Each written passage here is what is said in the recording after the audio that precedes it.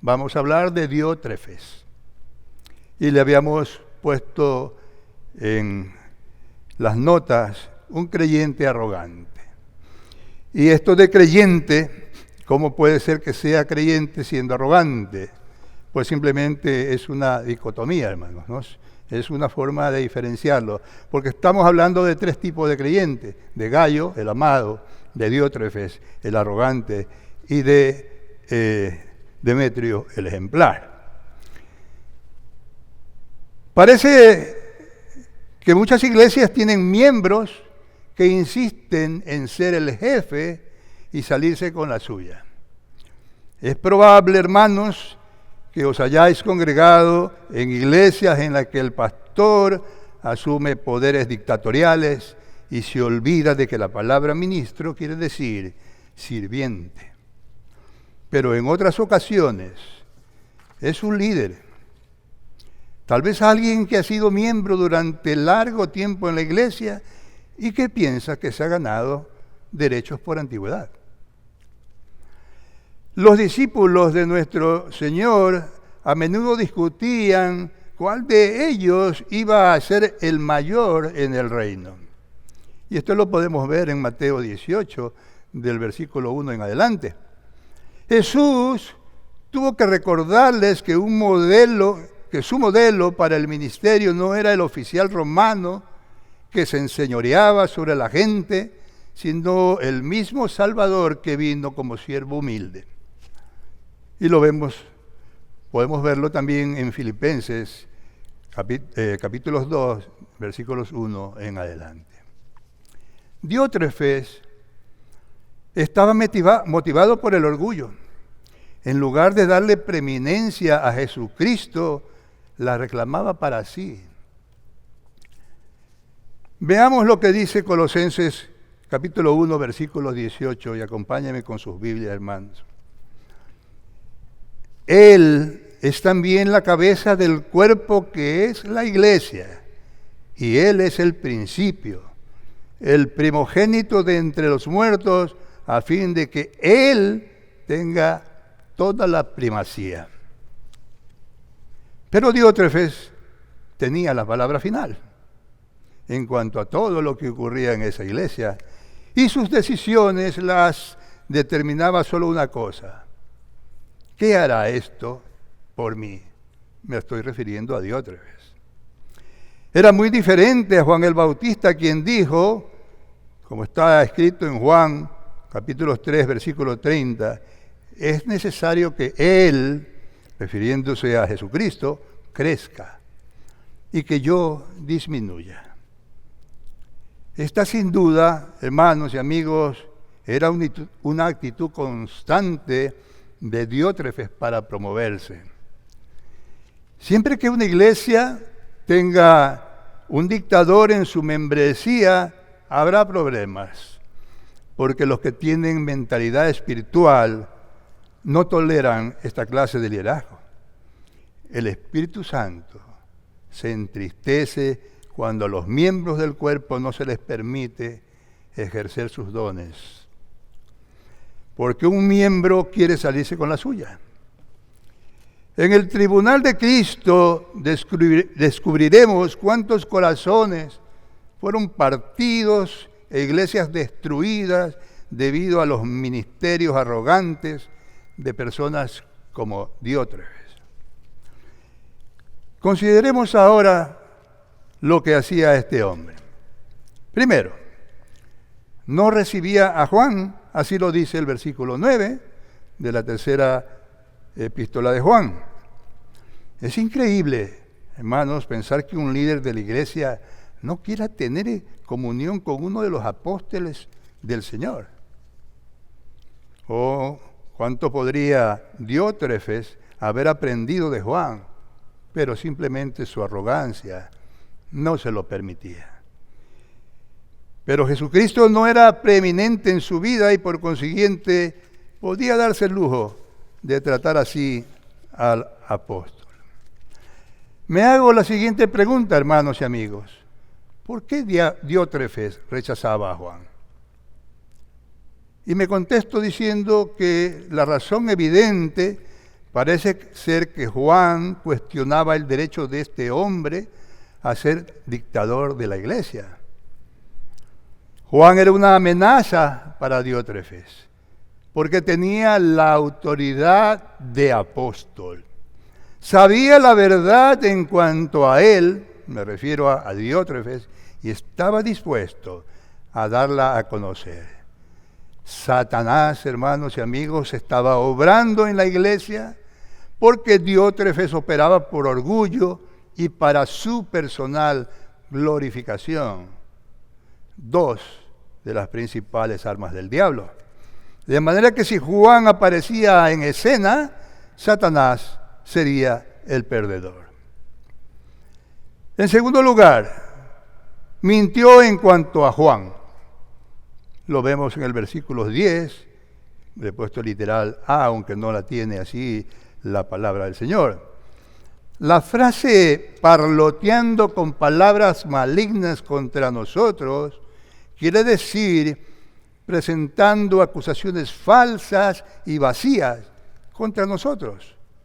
Lo que Diótrefes estaba diciendo en cuanto a Juan era totalmente sin sentido. Pero hay personas a quienes les encanta tal charla y peor aún, se la creen. Al parecer, Diótrefes había acusado a Juan en una de las reuniones de la iglesia, cuando éste no estaba presente para defenderse. Pero el apóstol advirtió que vendría pronto el día cuando arreglaría cuentas con Diótrefes, el dictador. Y aquí quiero salirme un poco de contexto para decirles, hermanos, ¿recuerdan que hace pocos días el pastor, nuestro pastor Eddie, nos hablaba acerca de esta actitud de ciertas personas dentro de las congregaciones y nos alertaba de cuidarnos mucho de este tipo de personas en nuestra iglesia? Y nos dio sus recomendaciones, sus consejos. Menos mal entonces, hermanos, que ahora sabemos cómo enfrentar a este tipo de personas. Los creyentes debemos cuidarnos de no creer todo lo que leemos y oímos en cuanto a los siervos de Dios, particularmente sobre aquellos siervos que tienen un ministerio amplio y son harto conocidos. Dejemos de leer ciertas publicaciones porque lo único que imprime son acusaciones indocumentadas en cuanto a personas cuyos ministerios Dios está bendiciendo de una manera singular. Haríamos bien, hermanos y amigos, en filtrar estos informes sobre la base bíblica, como nos señala Filipenses capítulo 4, versículos 8, que nos dice, y acompáñenme con sus Biblias, por favor. Y dice, por lo demás, hermanos, todo lo que es verdadero, todo lo digno, todo lo justo, todo lo puro, todo lo amable, todo lo honorable, si hay alguna virtud o algo que merece elogio, en esto meditad. Y esto me lleva al tercer motivo, ¿no verdad?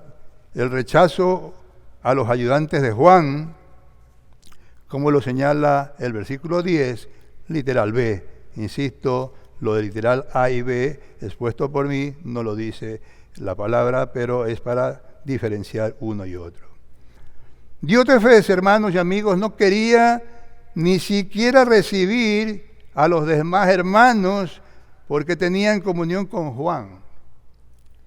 Era lo que se denomina culpa por asociación, ¿no? Es decir, si tú eres amigo de Juan, no eres amigo mío. Es imposible practicar esta clase de separación con algún grado de certeza y constancia, ya que nadie puede saber siempre lo necesario en cuanto a lo que aquel hermano está haciendo. Por ejemplo, si rehúso tener comunión contigo, hermano, porque tienes comunión con alguien a quien yo desapruebo, ¿cómo puedo saber cuál es el alcance de esa comunión? No lo puedo saber. No conozco. No puedo hurgar los corazones. Eso solamente lo puede hacer nuestro Dios. ¿Cómo le sigo el rastro, además, a lo que tú has hecho? No podría hacerlo. Necesitaríamos, hermano, crear una computadora con un programa especialmente desarrollado para aquello y además personal numeroso a tiempo completo, si acaso espero tener un relativo éxito para mantener pura toda esta asociación. La Biblia dice con claridad que no debemos tener comunión con los apóstatas. Hemos estudiado esto en 2 de Pedro, ya lo hemos visto. Y que debemos abstenernos de hacer alianza con los incrédulos, como nos señala la palabra del Señor en 2 de Corintios, capítulo 6, versículos 14 en adelante. También debemos evitar a aquellos cuya posición doctrinal es contraria a la Biblia. Pues veamos lo que nos dice Romanos, y aquí sí, acompáñenme con vuestras vidas, hermanos, a Romanos 16, versículos 17 al 19. Y dice la palabra del Señor: y os ruego, hermanos, que vigiléis a los que causan disensiones y tropiezos contra las enseñanzas que vosotros aprendisteis y que os apartéis de ellos. Porque los tales son esclavos, no de Cristo nuestro Señor, sino de sus propios apetitos, y por medio de palabras suaves y lisonjeras engañan los corazones de los ingenuos. Porque la noticia de vuestra obediencia se ha extendido a todos. Por tanto, me regocijo por vosotros, pero quiero que seáis sabios para lo bueno e inocentes para lo malo. Esto no quiere decir que cooperamos solo con los creyentes que interpretan las Escrituras exactamente como nosotros, porque incluso personas buenas y consagradas discrepan en algunos asuntos, tales como el gobierno de la iglesia o la profecía.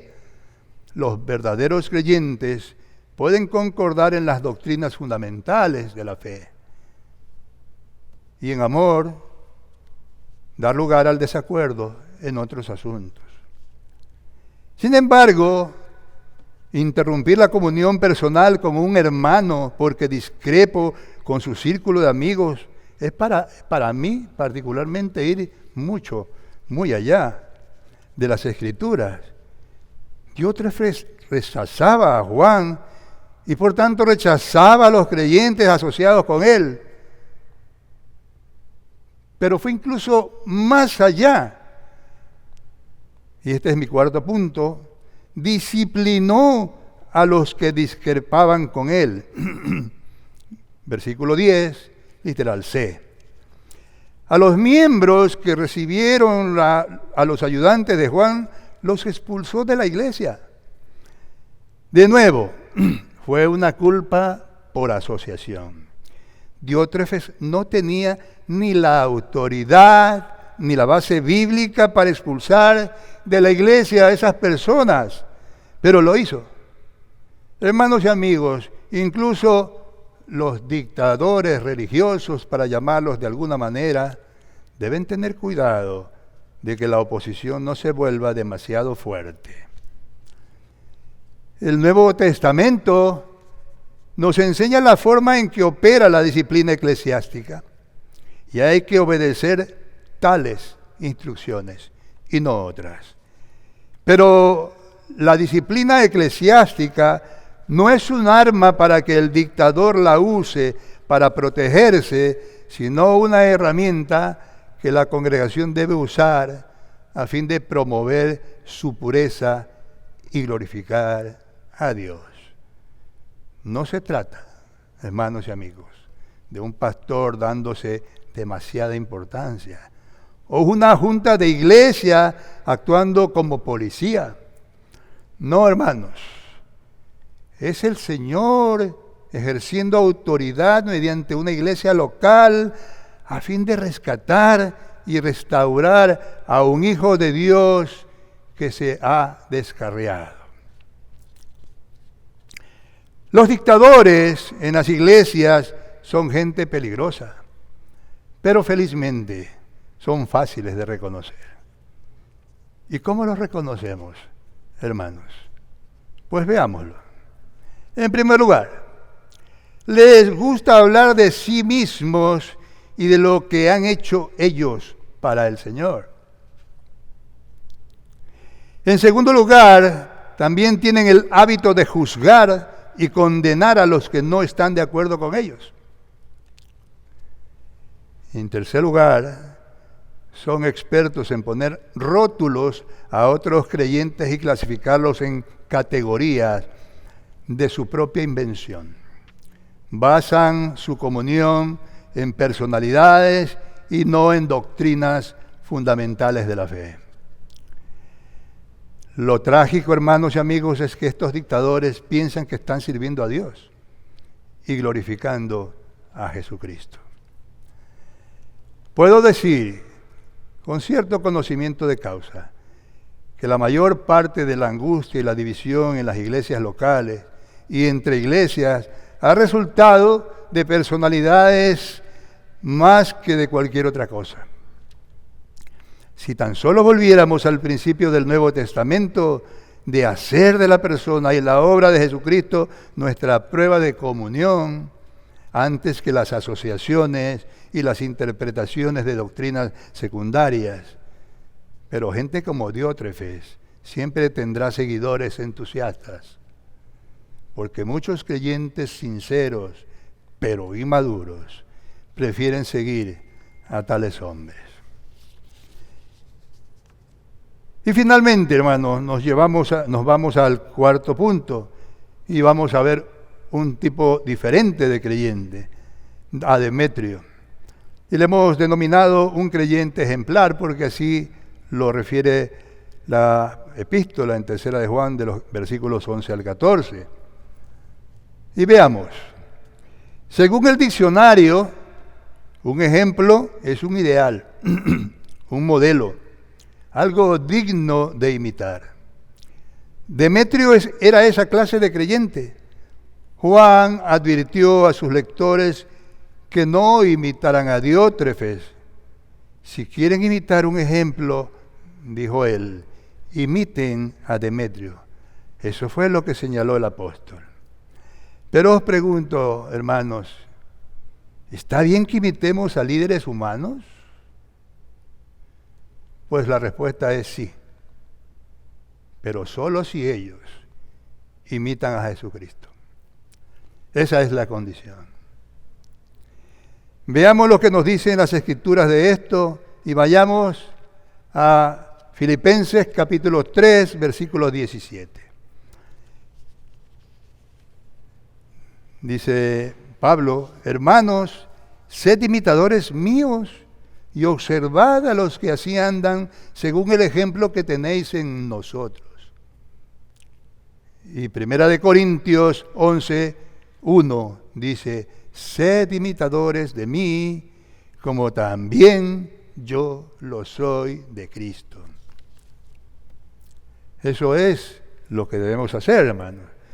Tú y yo, hermano y amigo, no podemos ver a Dios, pero sí observar su obra en la vida de sus hijos, la vida santa y el servicio dedicado de otros creyentes siempre han sido y son de estímulo y ánimo para mí, hermanos.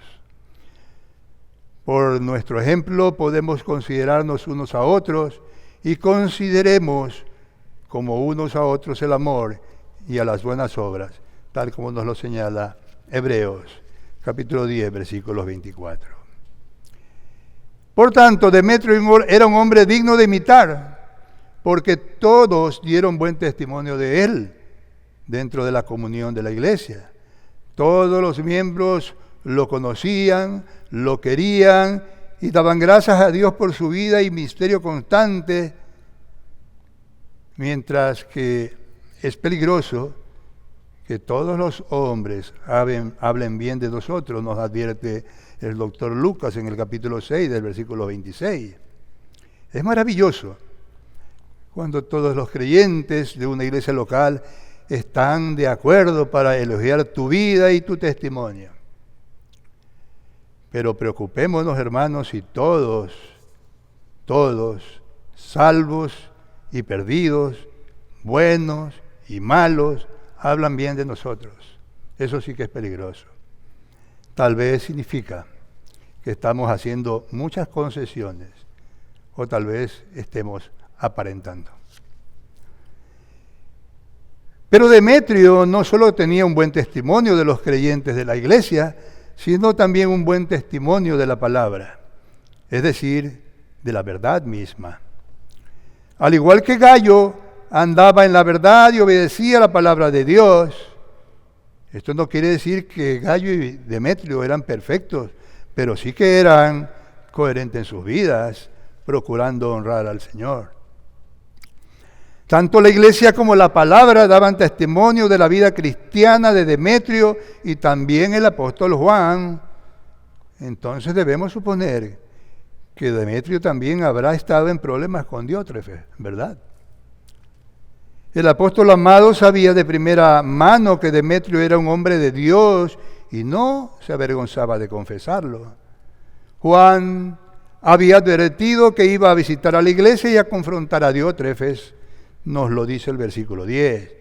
Y sin duda, tanto Gayo como Demetrio estarían con él para oponerse al dictador Diótrefes. Eran la clase de hombres que respaldaban la verdad y se sometían a la autoridad espiritual auténtica. En consecuencia, como seguían la verdad, entonces otros creyentes podían imitarlos con seguridad. Y finalmente, hermanos, para ir terminando, veamos las conclusiones y aplicaciones de esta tercera epístola. La conclusión de esta carta, que está en los versículos 13 y 14, es similar a la segunda epístola de Juan, y tal vez era una forma habitual de terminarla en los días de Juan. El apóstol planeaba visitar la iglesia en breve, lo que por cierto era una advertencia para Diótrefes y un estímulo para Gayo y Demetrio. El amado Juan tenía muchas cosas que hablar con la congregación y sus líderes, cosas que prefería tratar personalmente antes que por carta. Como debe ser, hermanos, hay muchas cosas que es preferible tratarlas de manera personal. La paz sea contigo, que menciona el apóstol Juan en el versículo 14, debe de haber sido una bendición realmente alentadora para Gayo. Sin duda su corazón y mente estaban angustiados debido a la división de la iglesia y la manera carnal en que Diótrefes ultrajaba a los miembros. Juan se preocupaba por enviar saludos a los creyentes de las iglesias con las que estaba asociado en ese tiempo. Decía Juan, los amigos te saludan. Esto le decía Juan a Gayo en su carta. Hermanos, sin duda que es una gran bendición tener amigos creyentes. Cuando Juan llegó cerca de Roma, algunos de los hermanos fueron a recibirlo, y cuando Pablo los vio, dio gracias a Dios y cobró ánimo, nos dice Hechos capítulo 28, versículos 15. Entonces, hermanos, haciendo esta comparación entre Pablo y Juan, tanto Pablo como Juan no solamente eran ganadores de almas, sino que también se hacían de amigos, muchos amigos. Diótrefes era tan dictatorial que cada vez tenía menos amigos, mientras que Juan los acumulaba al hablar del amor de Cristo. Saluda a los amigos, a cada uno por nombre, nos dice Juan en su epístola en el versículo 15. El apóstol no quería escribir una carta larga. Además, planeaba visitarlos. Pablo a veces terminaba sus cartas con una lista de saludos personales, pero Juan no hizo eso, por lo menos en esta carta no lo hizo. Quería que Gayo saludara a sus amigos de forma personal e individual, como si él mismo estuviera haciéndolo. Juan, por tanto, vemos que no se preocupaba solamente por la iglesia, sino también por los individuos que habían dentro de ella. Es interesante contrastar estas dos cartas breves y ver el equilibrio de la verdad que Juan presentó. La segunda epístola de Juan fue escrita a una mujer piadosa en cuanto a su familia, mientras que la tercera de Juan estaba dirigida a un hombre piadoso respecto de su iglesia. Juan advirtió a la señora elegida en la segunda de Juan en cuanto a los falsos maestros de afuera, pero previno a Gayo en relación con los líderes dictatoriales dentro de la comunión de los santos. Los falsos maestros de segunda de Juan apelaban al amor para poder negar la verdad, en tanto que Diótrefes apelaba a su verdad y además sin amor. Y por último, atacaba a los hermanos. Y voy terminando diciendo lo siguiente, hermano. Qué importante es andar en verdad y en amor. Y sostener la verdad en amor. Afirmar que uno ama la verdad y sin embargo aborrecer a los hermanos es demostrar ignorancia sobre lo que significa la vida cristiana. Cuando el pueblo de Dios ama a Dios, la verdad y unos a otros, el Espíritu de Dios puede obrar en esa congregación para glorificar a Cristo. Pero cuando algún miembro de la iglesia, inclusive el pastor, se enorgullece y trata de tener la preeminencia, el Espíritu se entristece y no puede bendecir.